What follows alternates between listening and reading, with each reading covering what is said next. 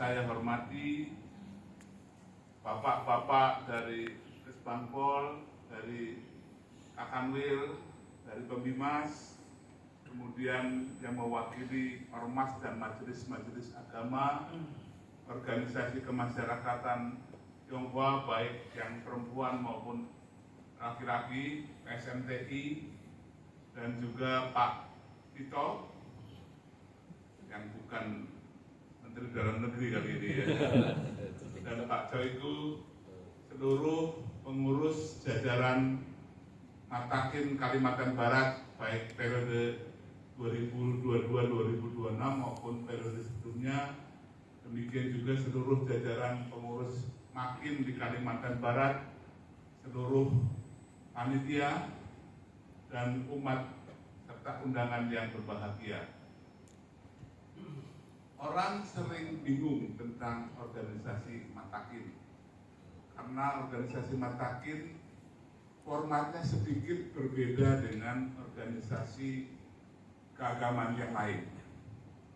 Tanggal 12 April ini, tahun 2023, Matakin akan genap 1 abad, 100 tahun. Kalau kemarin kita baru merayakan 100 tahun NU pakai kalender Hijriah, tahunnya 26 kalau Masehinya. Matakin 3 tahun lebih tua. Tapi ada yang lebih tua lagi dari Matakin, yaitu Makinnya. Makin, Majelis Agama Konghucu. Karena Matakin itu tumbuhnya bukan top down, tapi bottom up. Organisasi Konghucu yang paling tua, kalau kita lihat bukti sejarah, adalah tahun 1115. Hampir 10 abad yang lalu, yaitu berdirinya kelenteng tertua di Gresik. Tapi kalau yang murni kelenteng Konghucu itu 1415, makinnya di Talang, Cirebon. Sedangkan organisasi Konghucu yang pertama adalah pesantren Konghucu 1729 di Jakarta, Ningsi Suyen. Khusus organisasi modern pertama berdiri adalah 17 Maret tahun 1900. Lebih tua daripada Budi Utomo, Syarikat Islam, dan buku-buku Konghucu sudah diterjemahkan dalam bahasa Melayu tahun 1800 sekian, sebelum Balai Pustaka dan Pujangga Bali. Nah, ketika Tionghoa Baekuan berdiri 17 Maret tahun 1900, misi utamanya adalah memurnikan ajaran Konghucu. Namun kemudian organisasi ini lebih fokus kepada pendidikan, dan oleh karena itu seksi keagamaannya merasa kecewa dan kemudian mendirikan majelis-majelis agama di kota-kota. Pertama adalah Solo pada tahun 1918, yang kemudian ada 6 makin sebelum Matakin berdiri, melakukan kongres pertama di Yogyakarta 12 April tahun 1923 dan mendirikan apa yang kita kenal sebagai Matakin. Ketika Matakin dipulihkan kembali oleh Gus Dur, Ibu Megawati, Pak SBY, kita diminta untuk menyusun organisasi sama dengan organisasi keagamaan yang lain. Maka mulailah kita membentuk Matakin tingkat provinsi, Matakin tingkat kabupaten kota, yang bukan dipilih langsung oleh umat, tapi merupakan kepanjangan dari Matakin pusat. Maka tadi seperti sudah dijelaskan oleh Jason tadi, kepengurusan Matakin kabupaten, kota, dan provinsi mengikuti masa kepengurusan Matakin pusat. Nah, karena Matakin pusatnya harus dipilih lebih dulu, maka start awal dari Matakin kabupaten, kota, dan provinsi tentu setelah itu. Tapi berakhirnya akan sama dengan kepengurusan Matakin yang akan berakhir pada tanggal 22 Desember tahun 2026. Setelah itu tentu otomatis akan demisioner semuanya. Nah, itu adalah cerita sedikit tentang Matakin. Cerita sedikit tentang tema. Kita tadi waktu mengawali acara ini sama-sama menyanyikan lagu Indonesia Raya. Salah satu bait kuncinya adalah bangunlah jiwanya, baru bangun badannya. Nah, tugas dari seluruh jajaran organisasi keagamaan, baik Konghucu maupun yang lain, adalah membangun jiwa manusia Indonesia agar ke atas, satya, dan menjalankan perintah Tuhan melalui para nabi, ke bawah, mencintai lingkungan, negara, masyarakat, dan manusia, ke belakang, menjaga keluhuran warisan para leluhur bangsa, ke depan membina generasi muda dengan penuh tanggung jawab, ke kiri terus-menerus meningkatkan literasi, dan ke kanan menjalin persahabatan dengan sesama manusia. Maka Pak Sutadi dan seluruh jajaran Makin punya kewajiban bagaimana agar masyarakat atau umat Konghucu yang selama ini masih tradisional, masih lingkupnya eksklusif, masih belum begitu paham akan inti ajaran Konghucu, bisa bertransformasi ke depan menjadi umat yang modern, organisasi yang modern, dan organisasi yang punya tanggung jawab untuk ikut membangun masyarakat Indonesia. Caranya bagaimana? Bimbingannya dari atas harus menjalankan esensi dari agama, yaitu kemanusiaan. Seluruh agama pada hakikatnya untuk manusia, bukan manusia untuk agama. Dan ke bawah, bagaimana menjaga soliditas masyarakat, bangsa, dan negara, karena kunci pokok dari kekuatan sebuah bangsa, sebuah keluarga adalah berpangkal pada utuhnya kesadaran hidup bersama, persatuan. Saya sering mengambil contoh, kalau kita punya sase gula diet, roti kana slim atau apa, ini bukan iklan, kita mau menyobek itu susah. Tapi kalau kita sobek pas yang ada cacat sedikit, akan mudah. Itu sebenarnya sebuah pesan bahwa sebuah komunitas, apakah keluarga maupun bangsa, tidak akan bisa diganggu oleh orang lain kecuali di dalam tubuh keluarga atau bangsa itu sudah ada keretakan di dalam.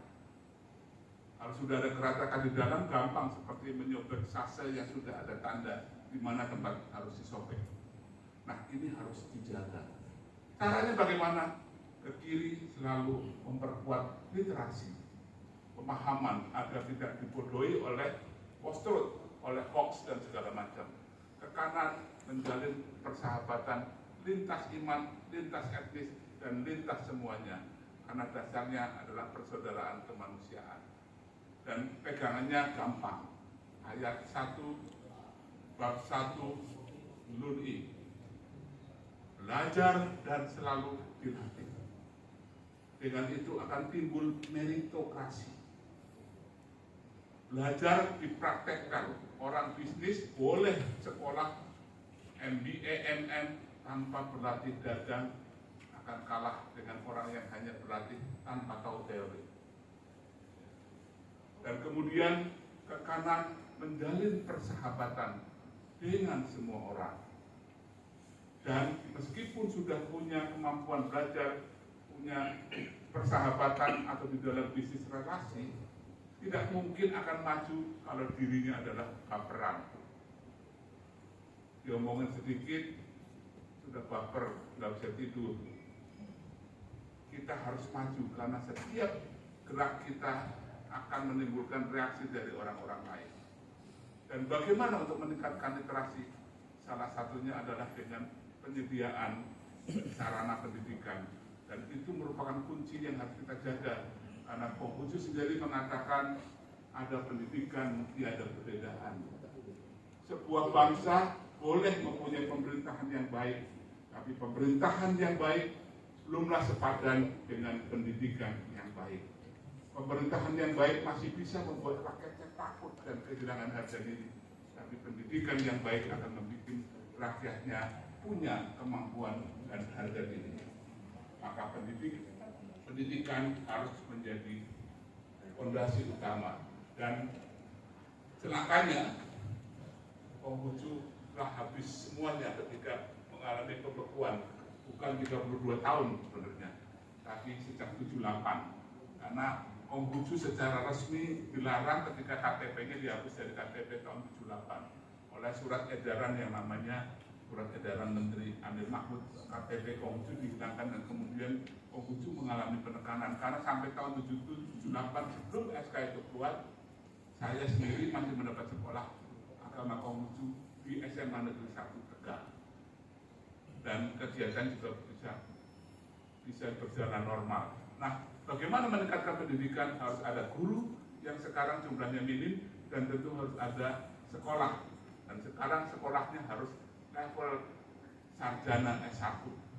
Dan beruntung pada Imlek tahun lalu ketika kami menghadap Presiden Jokowi, beliau menjanjikan akan memberikan sekolah tinggi negeri agama Konghucu yang disingkat STIAKIN, sekolah tinggi agama Konghucu negeri, dan syaratnya harus punya tanah. Dan ketika ini saya sampaikan di forum seperti ini, beruntung punya orang-orang hebat yang dengan sukarela, dengan spontan memberikan sumbangan tanah, diantaranya Pak Tito ya. Diserahkan begitu saja, dan juga Pak Coiku dan banyak donatur yang rela memberikan itu. Terima kasih Pak Tito. Terima kasih Pak Coiku yang karena keresahan beliau, keresahannya diwujudkan dalam tindakan positif untuk memberikan kontribusi, bukan mengeluh. Ya, ini sikap yang sangat positif. Dan juga Pak Chua yang kebetulan sedang keluar, beliau juga banyak membantu. Dan ketika kami mendirikan rumah ibadah, sumbangan itu tidak hanya datang dari umat, tapi juga dari agama-agama lain. Nah, kemudian yang kedua, kita juga harus memperkuat rohaniwan. Maka kami dalam forum ini ingin mengajak teman-teman yang ada di Kalimantan Barat untuk yang terpanggil segera melakukan koordinasi dengan Sekretaris Dero, karena pada April bulan depan akan ada latihan dan mukernas Dero. Mungkin Pak Sutadi bisa menyampaikan informasi kepada Sekdero ya. Karena organisasi Matakin ini ketua umumnya 1, tapi sekretarisnya 2. Sekretaris 1 namanya Sekbid. Bidok, sekretaris bidang organisasi, dan sekretaris bidang kerohanian. Organisasi Matakin kalau saya bandingkan dengan bahasa NU, dulu dari tahun 1923 sampai dengan 2018 bentuknya ada Dewan Suriah dan Dewan Tanfisiyah. Tapi sejak 2018 sampai sekarang antara Suriah dan Tanfisiyah digabung jadi satu. Makanya namanya Ketua Umum Dewan Rohaniwan Garing Pengurus Pusat. Dan untuk urusan organisasi ada sekretaris bidang organisasi yang biasa di organisasi lain disebut Sekko atau Sekjen. Sedangkan di bidang kerohanian ada Sekdero yang mengurusi khusus kerohanian. Yang organisasi mengurus makin-makin rumah-rumah ibadah, sedangkan Dero mengurus rohaniwannya. Kira-kira seperti itu. Saya mungkin tidak akan berpanjang kata.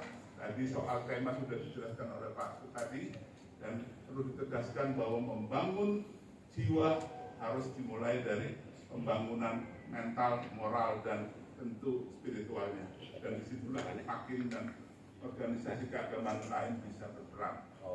Akhirnya atas nama pribadi, atas nama Matakin, saya mengucapkan banyak terima kasih kepada seluruh pihak yang mendukung terselenggaranya acara ini dengan baik, terutama kepada para donatur seperti Pak Tito, Pak Coiku, dan yang lain-lain. Dan yang kedua adalah mengucapkan Terima kasih atas seluruh kerja keras dari para pengurus Matakin periode sebelumnya dan selamat berjuang untuk Pak Sutadi. Ingat bahwa kita dipilih menjadi pengurus Matakin bukan untuk menaikkan gengsi status kita di masyarakat, tapi benar-benar untuk mengabdi. Dan setiap kali orang diangkat menjadi pengurus sebuah organisasi, apalagi organisasi agama, jangan pernah mengharapkan pujian, apalagi bayaran. Ya, upahmu besar di surga nanti kali ya.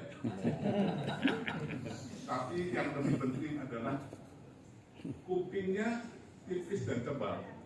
Tipis itu sensitif mendengar sesuatu yang perlu kita perbaiki, tebal kalau mendengarkan cacian karena akan datang bertubi-tubi. Tidak ada pujian untuk kita, baik ya dicerca, tidak baik apalagi, tapi lebih baik dicerca karena kebaikan daripada dicerca karena tidak berbuat apa-apa. Terima kasih dan we tertunggu.